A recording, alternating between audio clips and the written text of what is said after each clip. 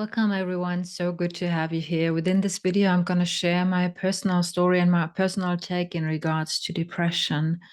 If you do suffer from depression, you most likely have read a lot and maybe even watched a lot of videos in regards to depression. You might have been stumbling upon the TED Talk by Johan Hari, which is fantastic. He talks about how he noticed that depression is caused by loss of connection. I fully agree with him on that. And maybe you also stumbled upon Marisa Peer's take on depression. She's talking about how us using harsh critical words towards ourselves causes depression, and us not following our heart's desires also causes depression. And she also mentions the disconnect. And I absolutely agree with them. I've learned also with Marisa Peer. She is fantastic. The method is brilliant. Yet what I noticed is it's not only the mindset, it's not only the shift within your mind that is impacting your emotional state, but very much the emotions itself. Your body memory, whatever you have experienced, is playing into it. Depression can really get under your skin, especially since no one from the outside knows what's going on inside you. And very often people just tell you, okay, get your stuff together. Just make a mental shift in order to get out of it, which in my case wasn't the truth. And if you are suffering from depression, you most likely have tried that shift of mindset many, many times. That's not what I experienced depression to be.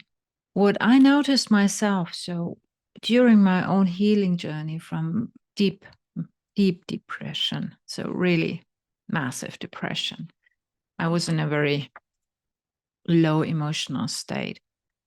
What I observed in myself is that it's not only a disconnect from others, but it's very much a disconnect from oneself.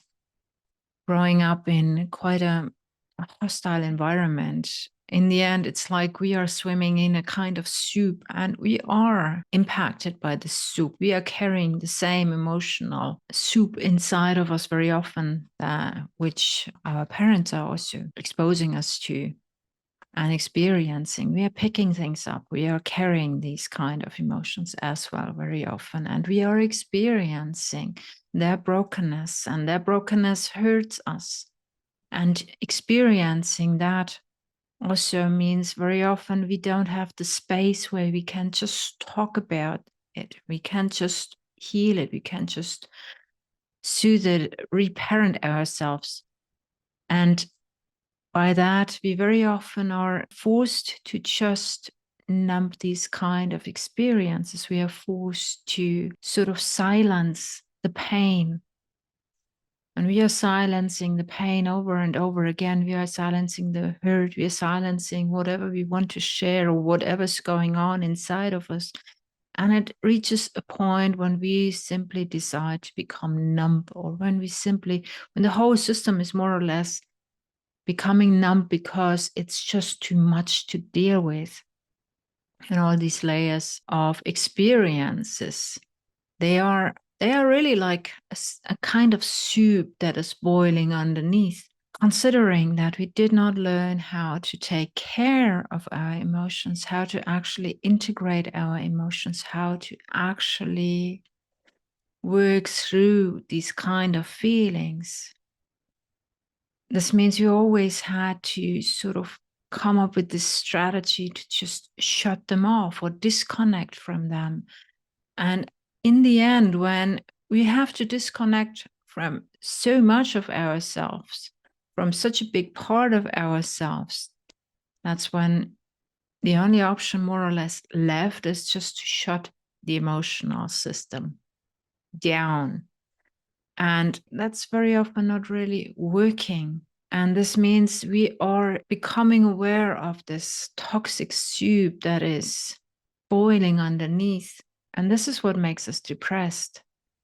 This is exactly what makes us feel in such a low state, carrying around all these unresolved wounds and having to suppress them, having to numb them down, but still they are there. This means they're actually taking all our focus or all our attention or energy, even though we are not aware of, and we're trying to really disconnect and maybe even just focus on something else, our mind space or material things, whatever is helping us to not have to feel.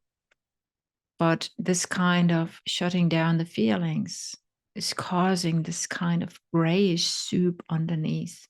For me, the solution to heal the depression, which was a really severe depression, was to work on the suppressed stuff underneath. I had to heal these wounds. I had to look at the pain. I had to look at whatever I was numbing was my way out of depression.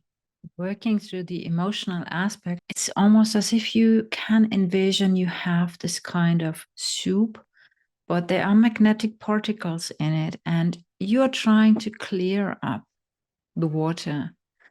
And with every moment you are meeting the pain underneath, or you're meeting the unresolved, it's like you are pulling parts of the magnetic particles out of it, and the water gets clearer and clearer over time.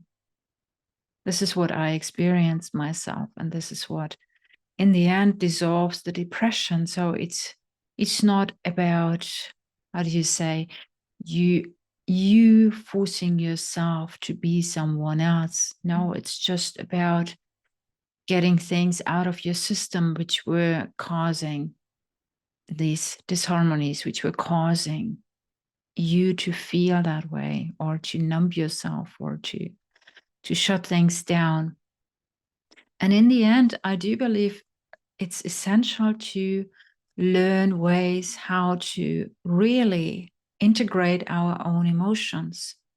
It's so difficult within this society because it's like we only learn how to shut them down. We only know that they are not appreciated, but feeling angry or feeling annoyed or sad or whatever, the feeling itself is very often legitimate. The feeling itself very often is good to be felt and might even have a reason. Of course, it's colored when we are unhealed by the shadow self, or by the wounded self. But the feeling itself is not bad.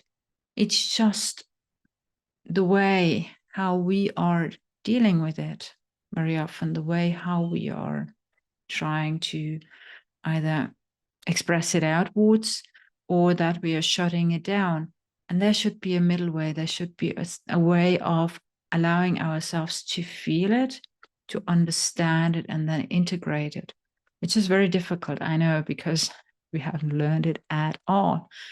But that's something that we can cultivate. I'm not sure whether it would have helped to just focus on fulfilling my purpose, because I was so disconnected. I didn't even know what my heart's desire was. And in regards to the harsh, critical words, they were just happening because of the unresolved wounds. It was like the echo that was coming back over and over again. And the disconnect to others, yes, of course, this happened very much also because of the disconnect inside.